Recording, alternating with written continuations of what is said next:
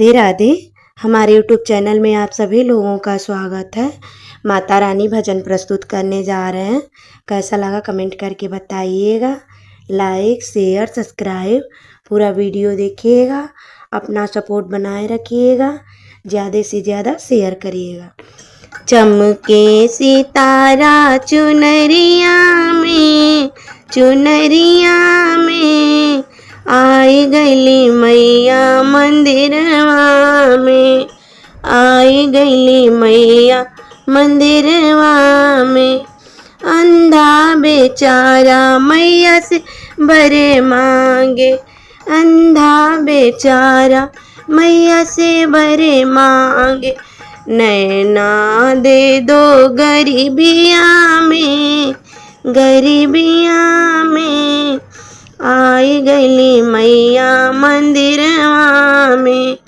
चमके सितारा चुनरिया में, चुनरिया में आई गईली मैया मंदिरवा में।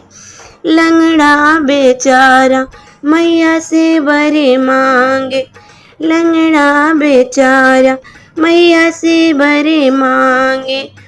पैर दे दो गरीबिया में, गरीबिया में आ गईली मैया मंदिरवा में।